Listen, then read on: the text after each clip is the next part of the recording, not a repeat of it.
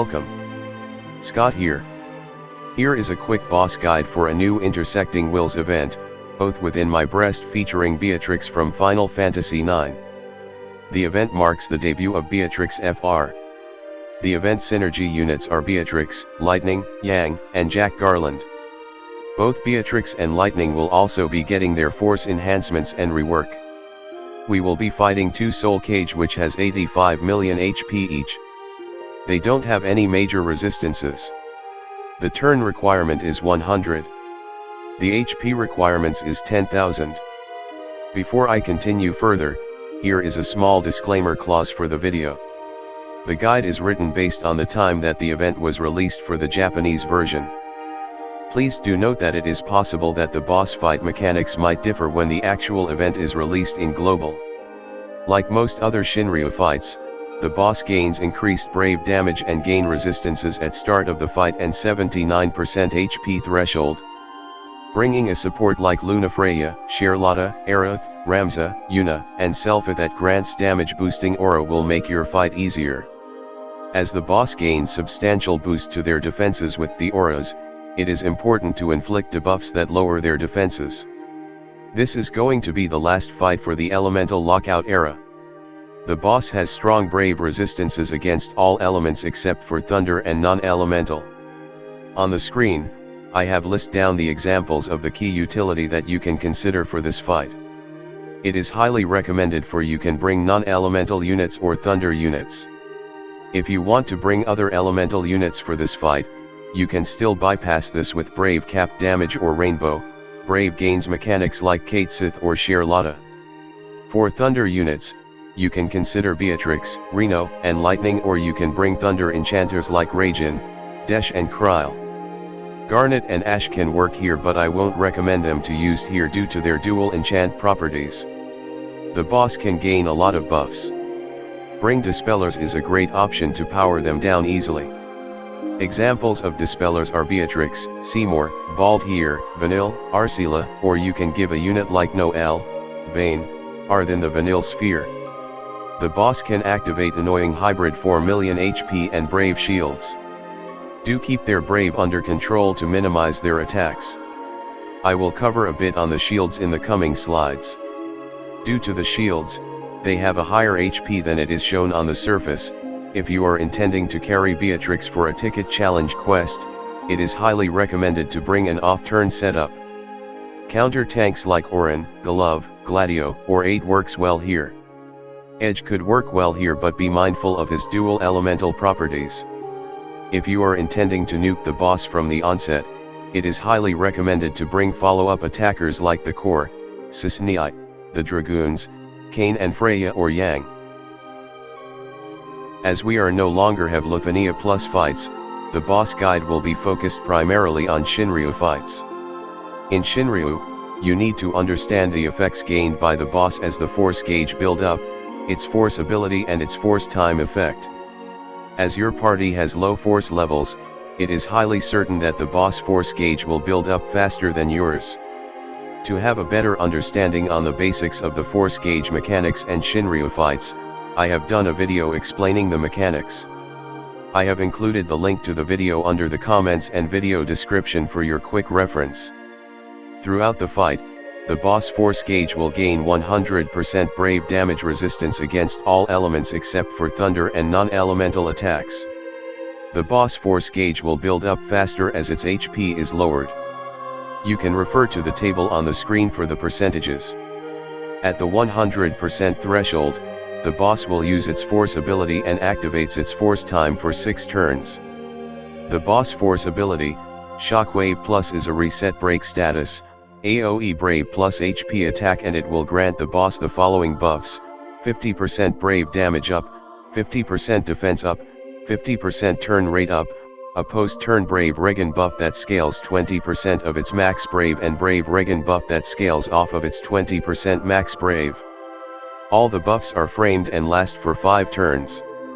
Upon using the force ability, the boss will enter into its force time, where the gauge will start to emit a red hue with a counter of 6 on its gauge.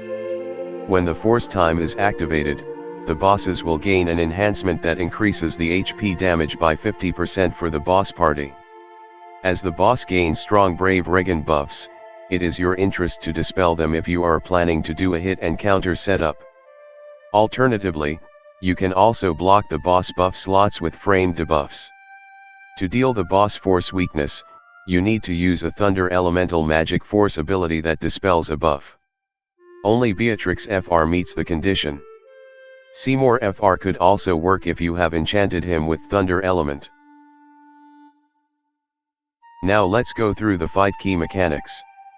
The boss start to burn up with the fire started phase at the following HP thresholds: 79%, 39%, and 19%. When the fire has started, the boss will gain a 4 million HP and 4 million brave shields. I will talk more about the shields in the next slide. It will also gain an additional 50% brave damage and HP damage resistance as long as the shields are actives. The effects will be removed when either one of the shields are depleted. The boss will enter into fire mode even during your burst or summon phase. Depending whether the shields are active or not, the boss will trigger a counter attack when its HP is depleted, taught the 69%, 29%, and 9%, which is exactly 10% after the fire started phase has been activated. If the fire has been diffused, it will use Leaf Swirl, which is an AOE Magic Brave plus HP attack. It will also grant itself a framed 50% attack up buff for 5 turns. If the boss is still in fire mode, the boss will reduce all current buff duration on your characters by 6 turns and grants itself a 50% evasion up buff for 5 turns. It will also unleash an AOE HP attack that will reduces your party HP to 10% of their current HP. Due to the nasty effects, it is your best interest to avoid this at all costs. The threshold attacks won't trigger while you are in summon or burst phase, but they will trigger back to back once you have exit out from the summon phase. Highly recommended have your damage mitigation up or make use of the damage mitigation calls. I have listed some examples on the screen for your quick reference. Before I continue to talk on the shields mechanic, let's focus on the boss basic attacks first. All the boss basic attacks are mainly single target.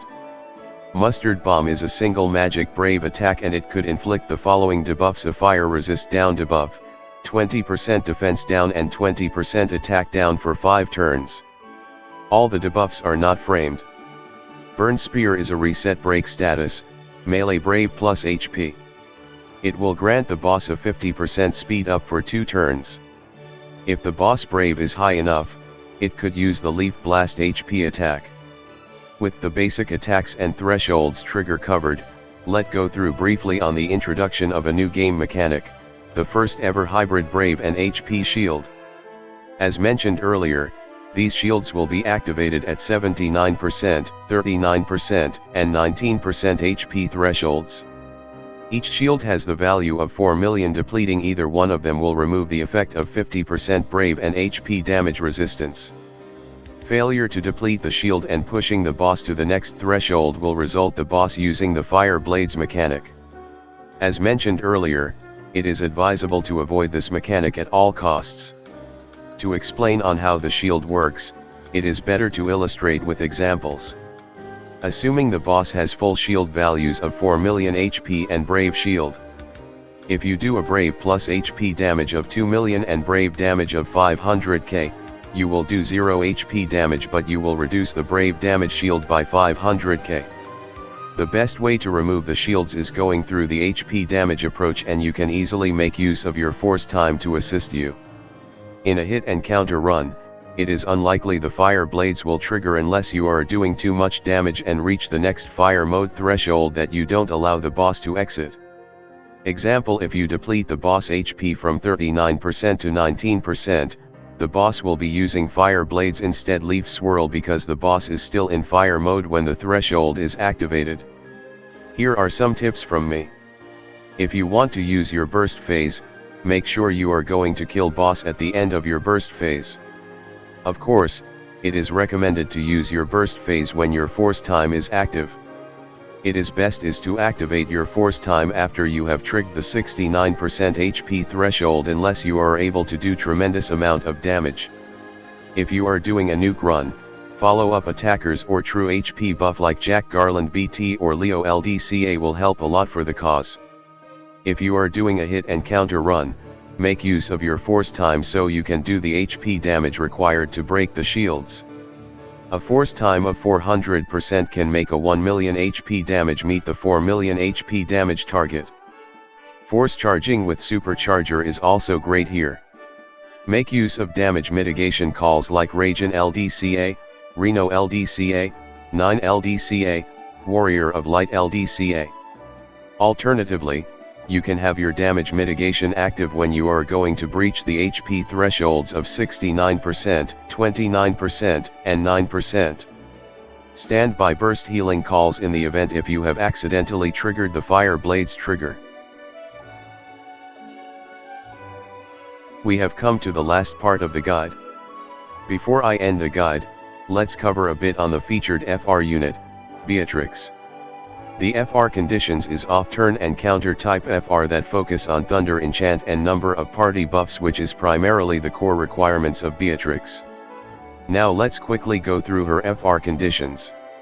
1. You will get 5% HP damage bonus when you trigger a Thunder Elemental attack. Beatrix will uptick the HP damage bonus 20%. Bring a Thunder Enchanter like Regen, Dash, Kryl, Ash, or Garnet. You can also bring Thunder Enchant calls like Kryl, Ash, or Garnet.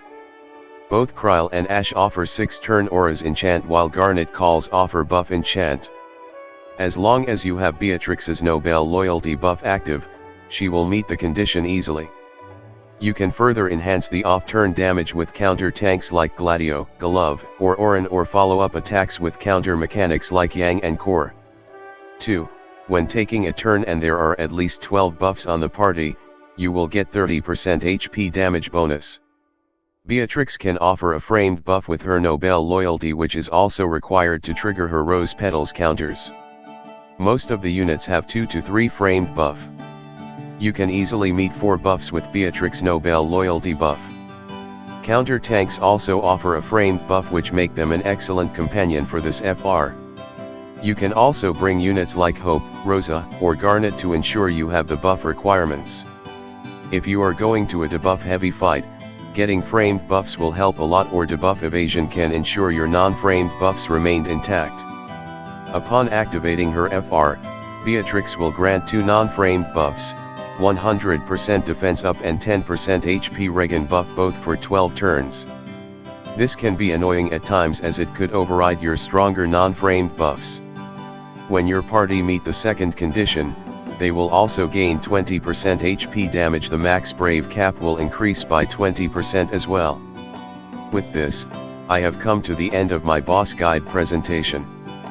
Hopefully you find it useful. If you like the video, please give a like. Please subscribe to my channel for future gaming content. Good luck for the fight tomorrow. Bye.